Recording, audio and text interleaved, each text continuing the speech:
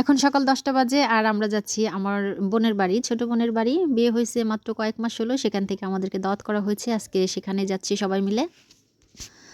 আসসালামু আলাইকুম। এই মুহূর্তে আমি আছি মানিকগঞ্জ জেলায়। মানিকগঞ্জ জেলার ছোট্ট একটি গ্রাম থেকে আপনাদের সবাইকে নতুন আরেকটি ভিডিও দেখার জন্য স্বাগত জানাচ্ছি। আশা করছি সব অনেক ভালো আছেন।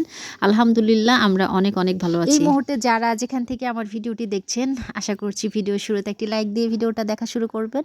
আর এখনও যারা সাবস্ক্রাইব করে দেননি, প্লিজ আমার চ্যানেলটিকে সাবস্ক্রাইব করে দেবেন। কথা বলতে বলতেই কিন্তু বোনের বাড়িতে চলে আসছি। আর এখানে এসে দেখি রান্নাবাড়া শেষের দিকে প্রায়।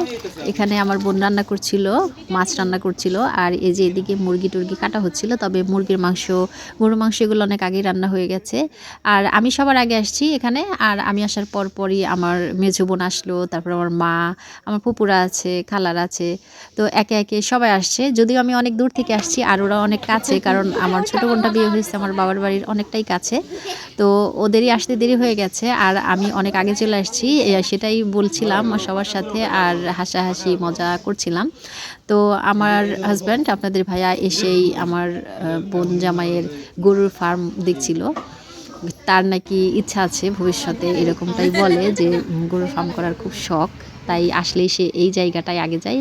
সেই সাথে আমিও দেখে আসলাম। আর আমি যেহেতু এই ফার্স্ট টাইম আসলাম, আমার কাছে সব কিছু একদম নতুন। কিন্তু আপনাদের ভাইয়া এর আগে অনেকবারই আসছে, কারণ শালিকে বিয়ে দিছে, তাকে তো এই বাড়িতে আসতেই হয়। তবে আমি এইবারই প্রথম আসলাম। আমার মা, খালা, ফুপু সবাই প্রথমবার আসলো। আর এই যে এখন আমার মেঝো বোনের জামাই আসলো আর ওর বাচ্চা মোটরসাইকেল নিয়ে ওরা আসলো। আর সবাই আসছিল হচ্ছে অটো করে, সিএনজি করে, এভাবে আর কি। তবে অনেক কাছে, এই জন্য দেখা যায় যে তেমন একটা সময় লাগে নাই। রওনা দিয়ে এই 15 থেকে 20 মিনিট এতটুকু দূরত্বের রাস্তা, মানে আমার বাবার বাড়ি থেকে ছোটো বোনের শ্বশুর বাড়ি। তো ওই যে এক এক করে সবাই আসছিল।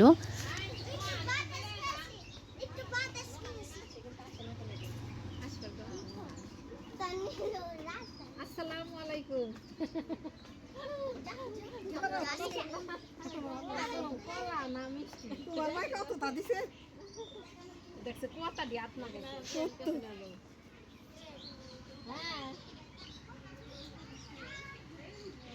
তো আগে আমার খালা আসলো আর এই যে এখন আসছে ফুপুরা।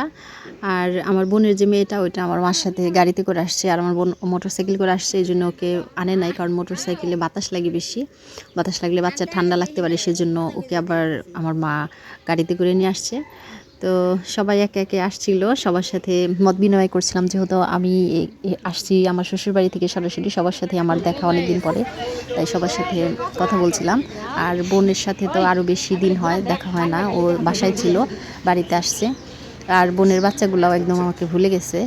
তবে বড় ছেলেটা মনে রাখছে, ও তো একটু বড়োর জন্য। আর ছোটো মেয়েটা দেখা যায় ভুলে গেছে। এরকম অনেক ভোলানোর চেষ্টা করছিলাম, তবে কিছুতেই সে চিনছিল না, তাকিয়ে ছিল এরকম। তবে দেখতে দেখতে পরবর্তীতে চিনে ফেলছে আর কি। তো এখন আমরা রুমে সবাই চলে আসছি, রুমে বসে রেস্ট করছিলাম। আর এখানে হচ্ছে এখন বেশ গরম লাগছিল, যদিও একটু একটু শীত পড়ছে, কিন্তু অনেক দূর জার্নি করে আসার পর খুব গরম লাগলো। আর এদিক দিয়ে আমার বোন, তারপরে বোনের জাটা সবাই মিলে অনেক পিঠা বানাইছে। এখানে পাকুন পিঠা, পাটিসাপটা পিঠা, তারপর আমাদের শরবত দিল, তারপরে এই পিঠা খেলাম। আর আমাদের ছোট্ট অতিথি সবার আগে উদ্বোধন করে নিল। তো সবাই আমরা বসে কিছুক্ষণ গল্প টল্প করলাম আর হালকা নাস্তা খেলাম।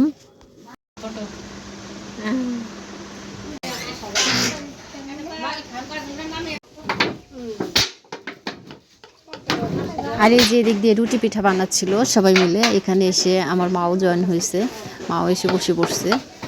তো আর আমরা চারদিক দিয়ে বসে গল্প করছিলাম ওনাদের সাথে, গল্পর তালে তালে পিঠাটা বানানো হলো। আর আমাদের এই যে বাচ্চারা দৌড়ে দৌড়ে খেলছিল বিড়াল দিয়ে। আমার মেয়ে তো বিড়ালের ভক্ত আগের থেকেই, বিড়াল দেখলে সে পিছিয়ে পিছিয়ে যে কোথায় হারিয়ে যায় তার ঠিক নাই।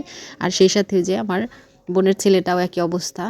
তো যাই হোক, সবাই মিলে বসে এসে ড্রেস চেঞ্জ করছি, ড্রেস চেঞ্জ করে এত সবাই আমরা চারদিকে যে বসে আছি। আর এদিক দিয়ে ওনারা পিঠা টিঠা বানাচ্ছিল এই আর কি। তবে খুব সুন্দর একটা সময় কাটছে, খুব ভালো লাগছিল।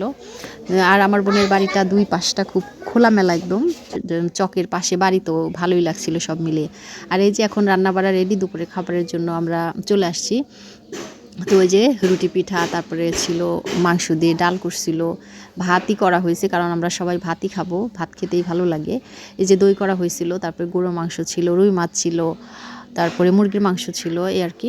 তো সব কিছু রেডি করে আমরা হাতে হাতে নিয়ে নিচ্ছিলাম, এখন খাবো।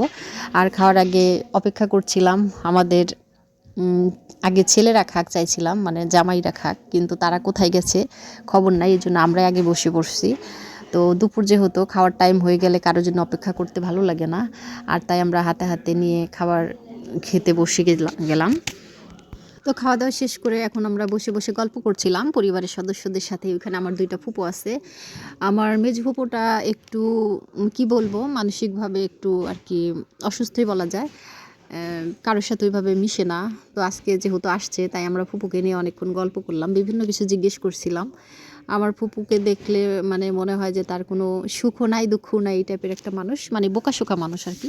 তো অনেক টাইম ফুপুকে নিয়ে বসে গল্প করছিলাম, আর ওইদিকে আমার মা ওই এরা অন্য পাশে গল্প করছিল। আর আমাদের জামাইদের তো খবরই নাই, তারা কোথায় গেছে ঘুরতে। যাই হোক, খুব সুন্দর একটা পারিবারিক সময়। তারপরে যে সবাই বিকালের দিকে, বিকালে আমরা সবাই উঠানে বসে গল্প করলাম অনেক টাইম। যদি ওই দিন আমরা বিকেলে চলে আসবো এরকমটাই কথা ছিল, কিন্তু শেষ পর্যন্ত আসা হয়নি, মানে আসতে দেয়নি। পরবর্তীতে কি আর করা, সবাই মিলে খুব সুন্দর একটা সময় কাটলো। আসলে সুন্দর একটা সময় থেকে আজকের মতো আপনাদের কাছ থেকে বিদায় নিয়ে নিচ্ছি। সবাই খুব ভালো থাকবেন। আল্লাহ হাফেজ, আসসালামু আলাইকুম।